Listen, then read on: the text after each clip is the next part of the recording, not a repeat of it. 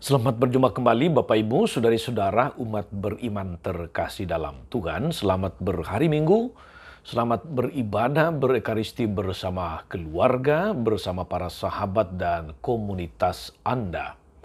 Pada hari Minggu biasa ke-14 tahun C, tanggal 3 Juli 2022, saya Romagus CSSR mengajak saudari-saudara merenungkan hari ini Injil Lukas bab 10 ayat 1 sampai 9. Juga tentu bacaan pertama dari kitab Yesaya bab 66 ayat 10 sampai 14 dan bacaan kedua dari Galatia bab 6 ayat 14 sampai 18. Kita mendengarkan pembacaan Injil dalam nama Bapa dan Putra dan Roh Kudus. Amin. Sekali peristiwa Tuhan menunjuk 70 murid. Ia lalu mengutus mereka berdua-dua mendahuluinya ke setiap kota dan tempat yang hendak dikunjunginya. Katanya kepada mereka, "Tuaian memang banyak, tetapi pekerjanya sedikit. Sebab itu mintalah kepada Tuhan yang empunya tuaian agar ia mengirimkan pekerja-pekerja ke tuaian itu. Pergilah, camkanlah. Aku mengutus kamu seperti anak domba ke tengah-tengah serigala.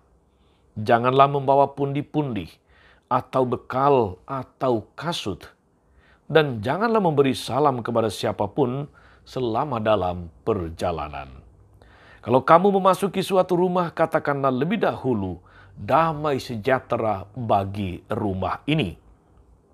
Dan jika di situ ada orang yang layak menerima damai sejahtera, maka salammu itu akan tinggal padanya. Tapi jika tidak, salammu akan kembali kepadamu. Tinggallah dalam rumah itu, makan dan minumlah apa yang diberikan orang kepadamu, sebab seorang pekerja patut mendapat upahnya.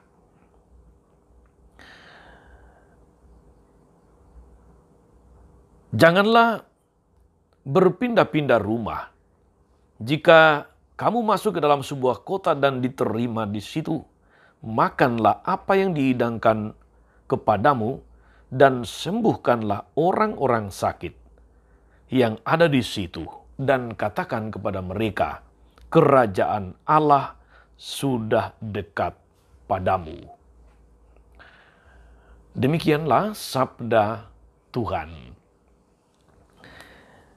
Bapak Ibu, saudari-saudara, umat beriman yang terkasih dalam Tuhan, para pendengar setia Renungan Mutiara Pagi di mana saja Anda berada, Shalom, damai sejahtera bagimu. Di Indonesia, saudari-saudara, kita mengenal ada Orde Lama, ada Orde Baru, dan sekarang ada Orde Reformasi. Masing-masing orde itu memiliki kekhasannya sesuai dengan situasi dan tuntutan zaman tentu saja. Orde berikut selalu merupakan kritik atau pembaruan dari orde sebelumnya. Orde Lama misalnya dengan Soekarno sebagai tokoh sentral. Orde Baru dengan Soeharto sebagai tokoh sentral. Kemudian sekarang kita memasuki Orde Reformasi dengan Gus Dur, dengan Megawati, SBY, dan sekarang ini Jokowi sebagai tokoh sentral, tokoh penerus. Kadang kita dengar saudari-saudara komentar yang ditulis entah di media massa atau di media sosial beberapa waktu yang lalu, bahwa orang merindukan situasi zaman Soeharto yang katanya tenang, tanpa teroris, tanpa gonjang-ganjing.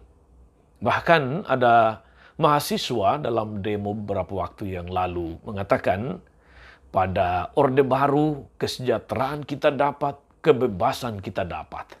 Dan kemudian banyak dikritik oleh orang, lebih-lebih mereka yang menjadi korban dari pembungkaman oleh Soeharto. Saudara-saudara umat beriman yang terkasih dalam Tuhan, Rasul Paulus sekali waktu berbicara tentang hal yang baru, dalam tanda kutip hal yang baru, ketika dia mengatakan kepada jemaat di Galatia dalam bacaan kedua hari ini, bahwa jemaat mereka perlu menjadi ciptaan baru. Paulus katakan, sebab bersunat atau tidak bersunat itu tidak ada artinya, tetapi menjadi ciptaan baru itulah yang ada artinya. Mengapa Paulus sampai mengucapkan fatwa ini bagi jemaat Galatia? Rupa-rupanya saudara-saudara, di antara jemaat Galatia ada provokator yang selalu mengagungkan orde lama, yakni tradisi Yahudi. Jemaat Galatia merupakan jemaat yang sangat heterogen, terdiri dari berbagai suku dan bangsa, di mana juga ada orang Yahudi di sana. Masalahnya adalah orang-orang Yahudi perantauan ini agak sombong, karena bisa dikatakan dalam alam pikir mereka, Yesus itu adalah orang kita. Karena itu pula saudari-saudara, mereka merasa derajatnya lebih tinggi karena mereka disunat sesuai dengan tradisi Yahudi. Sementara orang Kristen lain dari berbagai suku tidak disunat.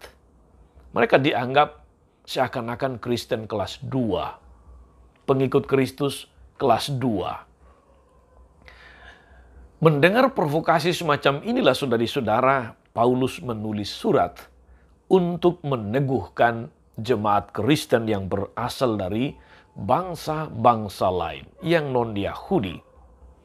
Dalam perikop hari ini dalam bacaan kedua, Paulus menggugat orde lama Yahudi, yakni ketaatan buta pada hukum Taurat atau tradisi Musa,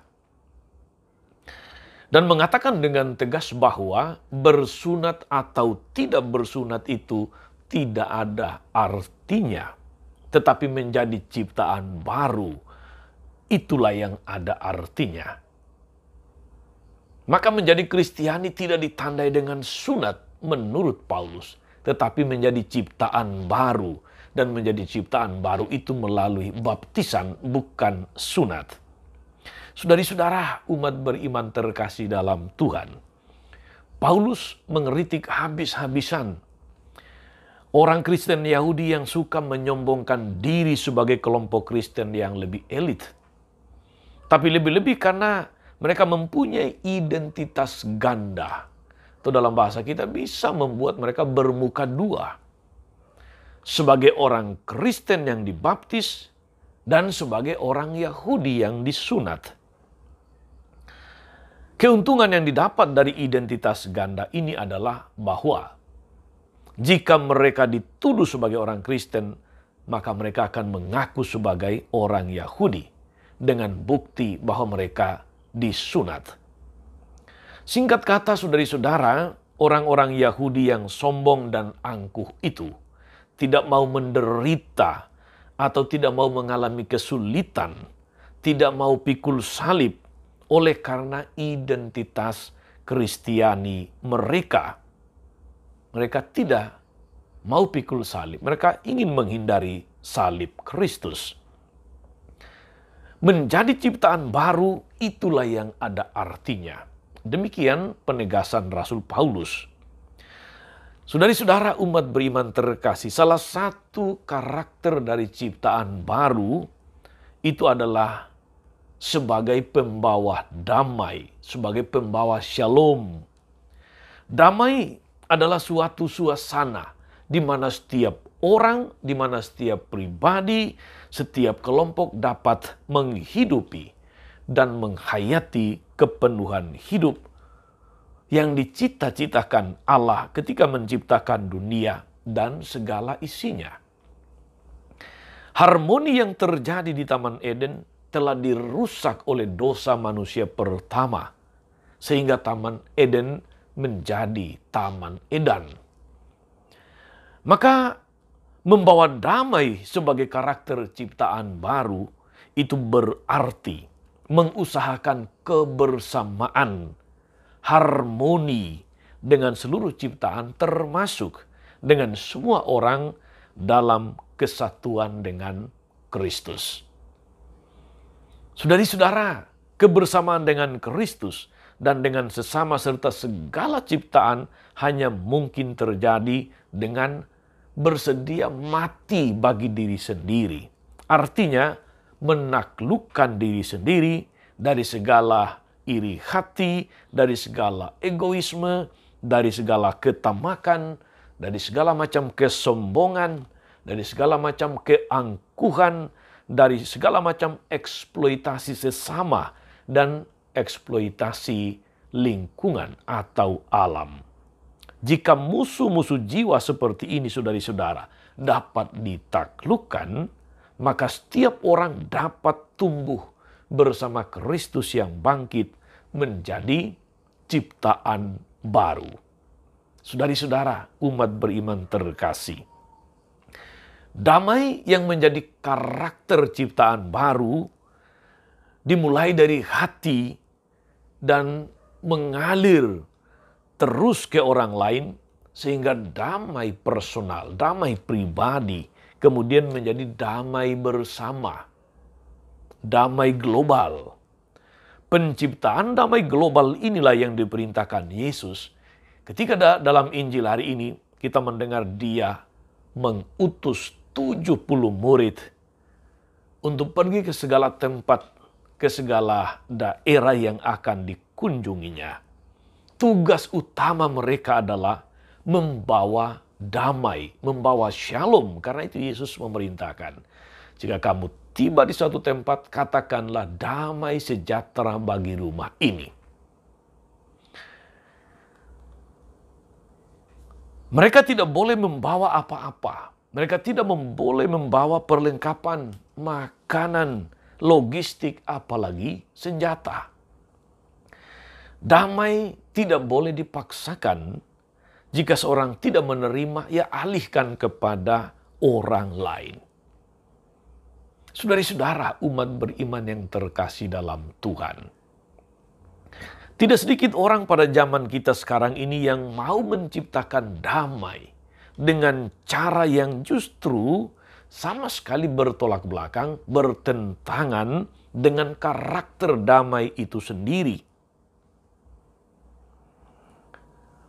Mau damai tetapi pakai perang atau pakai kekerasan. Ingat saudari-saudara, sekarang ini sedang ada perang antar Rusia dan Ukraina. Dan mempengaruhi hidup banyak orang, bukan hanya dua negara itu. Karena setiap negara saling terhubung, bahkan saling tergantung. Ketika dua negara berperang akan mempengaruhi negara-negara yang lain. Ingin makmur, tetapi dengan mengeksploitasi orang lain. Ingin mendapat keuntungan besar, tapi dengan menjadi rentenir. Ingin kemapanan ekonomi, tetapi dengan korupsi. Ingin menjadi negara berketuhanan, tapi dengan menolak kehadiran agama lain. Merasa sudah beriman jika bisa membenci orang yang tidak seiman, yang tidak seagama. Jelas jenis manusia seperti ini, saudari-saudara, masih hidup di dalam orde kegelapan, belum menjadi ciptaan baru. Sebab karakter ciptaan baru adalah pembawa shalom, pembawa damai sejahtera. Saudari-saudara, orang-orang Kristen yang telah menjadi ciptaan baru dicirikan dengan kehadirannya yang selalu menyerukan shalom. Yang kehadirannya selalu membawa damai, membawa kebaikan, mengalirkan energi positif yang membuat orang lain menjadi dekat, menjadi rukun, menjadi ceria satu sama yang lain. Hatinya memancarkan kehangatan, ide-idenya menyegarkan, sentuhan tangannya menghadirkan kebaikan.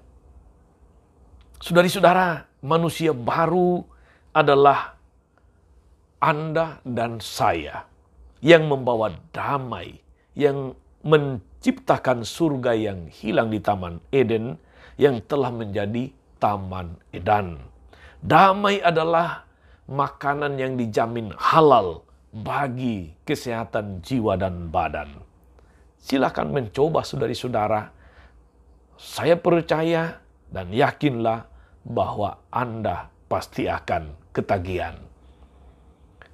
Saya ingin menutup renungan hari ini dengan mengatakan, perutusan selalu ada di dalam panggilan kita.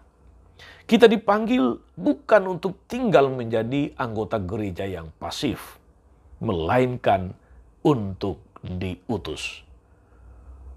Selamat menjalankan misi, diutus sebagai pembawa kabar baik, pembawa damai, pembawa shalom, di mana saja Anda berada, dengan siapa saja Anda berjumpa dan berkarya.